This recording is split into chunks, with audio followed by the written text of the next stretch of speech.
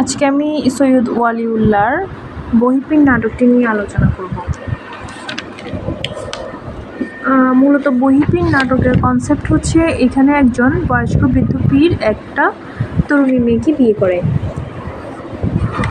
কিন্তু তরুণী মেয়েটি ওই বয়স্ক পীরের সাথে সংসার করতে চায় না। সে তার চাচাতো ভাইয়ের সাথে পালিয়ে যায়।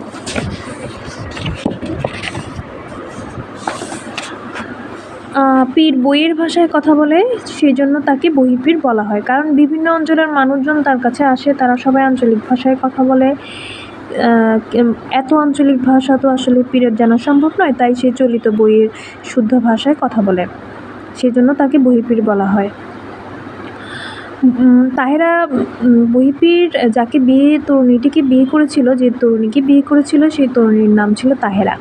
তাহেরা তার চাচাতো ভাইয়ের সাথে পালিয়ে গিয়ে একটি বজরায় আশ্রয় নেয়। বজরা মানে হচ্ছে নৌকা, এক ধরনের বড় নৌকা।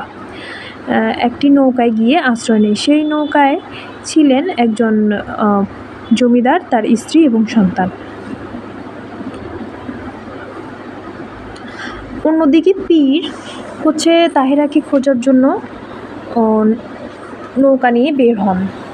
ঝড়ের কারণে পীরের নৌকা একটি বজরার সঙ্গে ধাক্কা খায় এবং পীর হাবুডুবু খেয়ে কোনো রকমে সেই বজরায় গিয়ে আশ্রয় নিয়ে প্রাণ রক্ষা করে। পীর সেই বজরায় গিয়ে উঠে, যেই বজরায় তাহেরা গিয়ে উঠেছিল। ঘটনাবশত সেই বজরাতেই তাহেরা এবং বহিঃপীরের তাহেরার সাথে পীরের আবার দেখা হয়ে যায়। অর্থাৎ পীর বুঝতে পারে যে তার পালিয়ে যাওয়া তরুণী স্ত্রী তাহেরা এই বজরার মধ্যেই রয়েছে।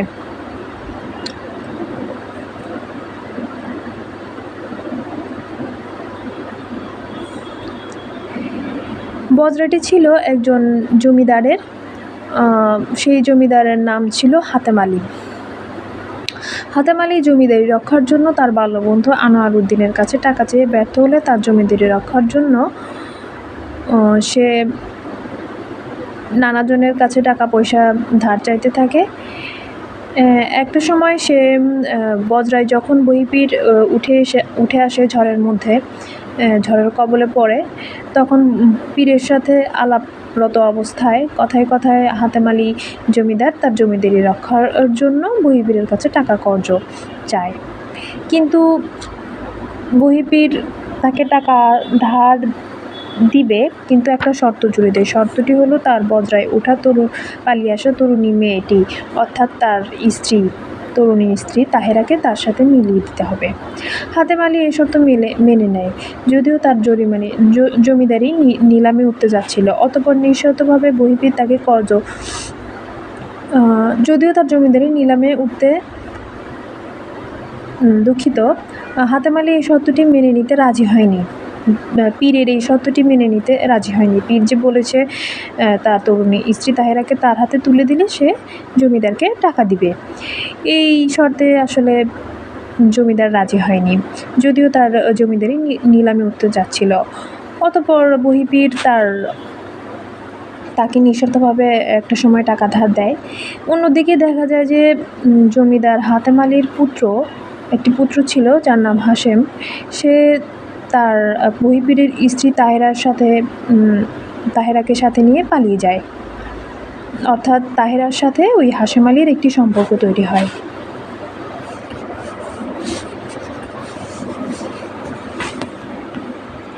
এই নাটকটি হচ্ছে একটি অস্তিত্ববাদের নাটক। বহিঃপীর শেষ পর্যন্ত বিনা শর্তে হাতেম আলীকে টাকা ধার দিয়ে তার অস্তিত্বর প্রকাশ ঘটায়। অন্যদিকে তাহেরা তার স্বাধীন চিন্তাভাবনার প্রকাশ ঘটিয়ে তার অস্তিত্ববাদের প্রকাশ ঘটায়। সে জমিদারের পুত্র, অর্থাৎ হাতেম আলীর পুত্র হাশেম আলীর সাথে সে পালিয়ে গিয়ে সে তার অন্যরকম একটা জীবন শুরু করে।